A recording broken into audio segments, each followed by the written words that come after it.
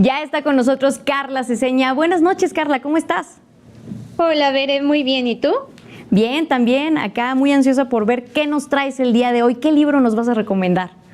Claro que sí, el libro que les voy a recomendar el día de hoy se llama A la sombra del ángel y lo escribió Catherine Blair, quien fue la nuera de nada más y nada menos que Antonieta Rivas Mercado, aunque en realidad pues evidentemente nunca se conocieron.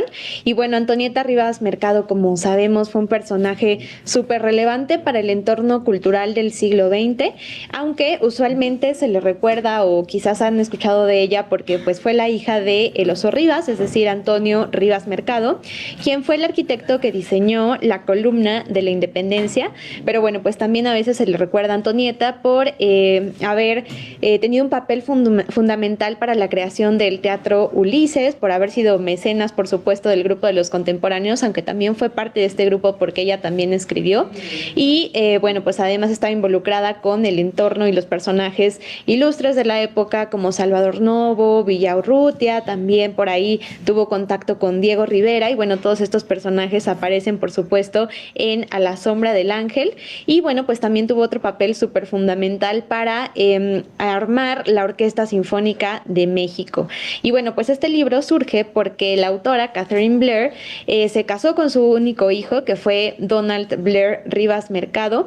Y pues el personaje que fue su suegra siempre le llamó la atención, porque además entre la familia, pues era como una leyenda negra, ¿no? No le decían muy bien cómo había fallecido. Y como quizás ahora ya habrán escuchado también, pues este personaje fue muy controversial porque se quitó la vida en Notre Dame, en París, en 1931, tenía justo 31 años Antonieta, porque como muy bien lo indica la autora, ella había nacido con el siglo en 1900 y bueno, pues este libro habla un poco sobre la vida de este personaje tan enigmático y maravilloso y pues es la recomendación que les tengo el día de hoy.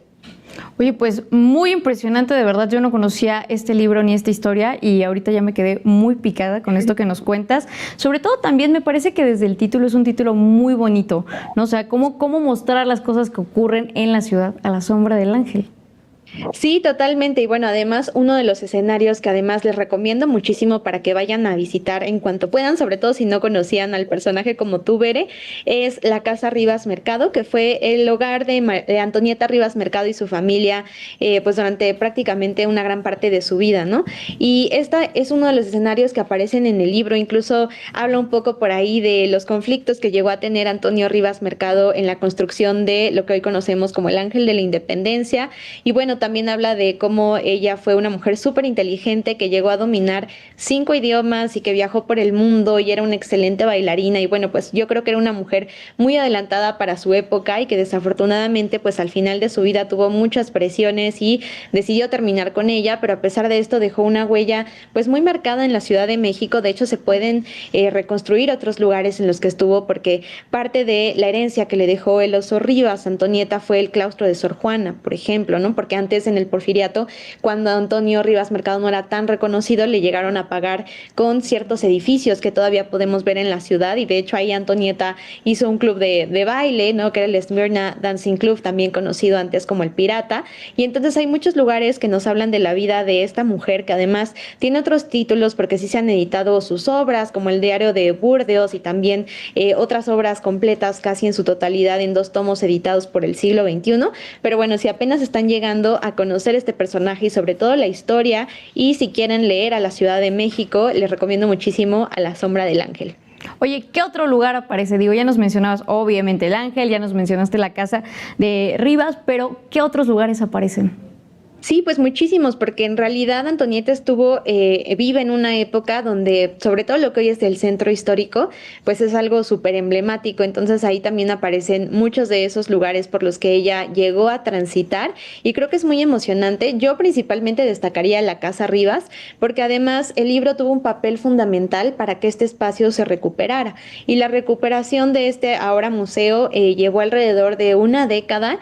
E incluso pues ahí en el libro se cuentan ciertos los detalles de la casona que también se reconstruyeron y que me parece súper interesante, sobre todo para seguir la huella de Antonieta Rivas Mercado. Y bueno, la recomendación principal, por supuesto, es leerla, es acercarse a sus propios escritos porque también dejó memorias y pues así se puede entender un poquito más, por supuesto, el personaje, pero también los espacios de la Ciudad de México que llegó a transitar.